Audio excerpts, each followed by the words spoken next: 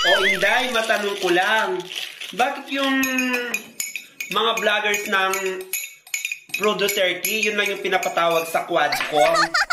Baka kasi sila lang yung nagkakalat ng fake news. Kaya,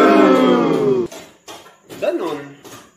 So, ibig nyo sabihin, lahat ng Pro Duterte, fake news sila. Tapos lahat ng Pro Marcos, true sila? Ganun ba?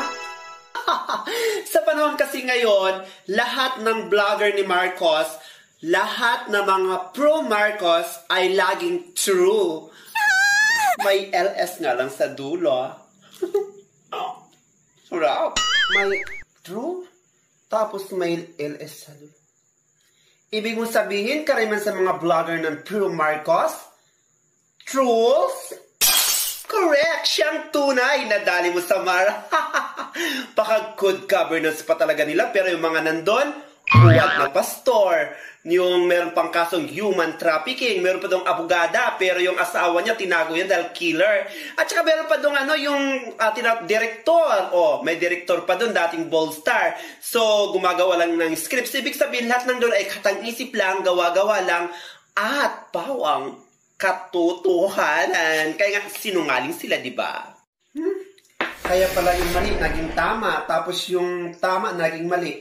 Dagdag mo pa yung mainstream media. Nako, puro fake news yung mga binabalita. Sinabi mo pa, paano kasi? Bukod sa libo-libong mga trolls ni BBM, mas pinalakas pa ang paglaganap ng fake news dahil nakikipagsanib-pwersa itong pinsan niya na pag-aari lang naman ang mga ito.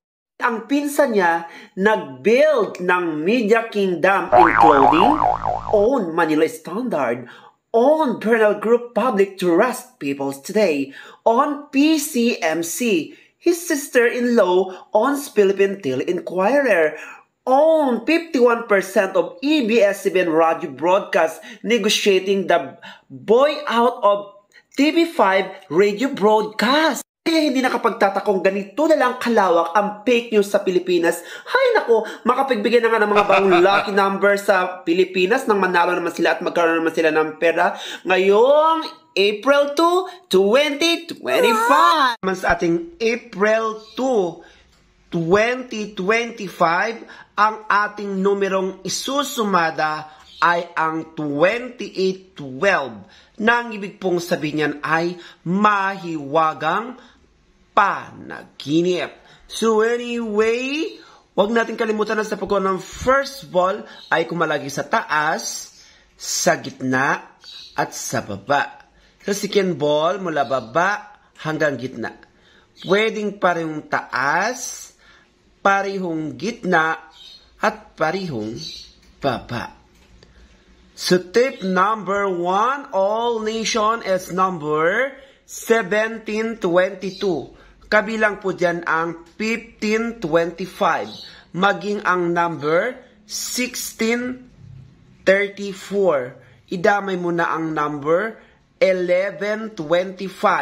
Maging ang number 2332. Maging ang 1532 or number 3416 maging ang number 1529.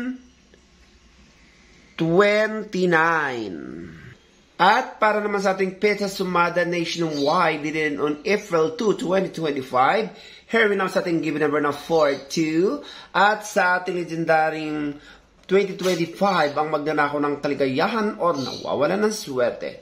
And for number 4, it's number 922. Sa ating number 2, it's number 632.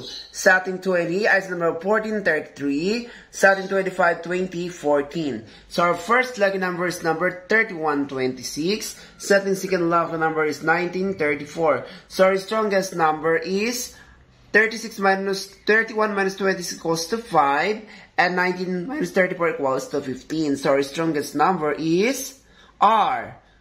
523, 56, 515, maging ang 15-6, 15-23, or 23-6.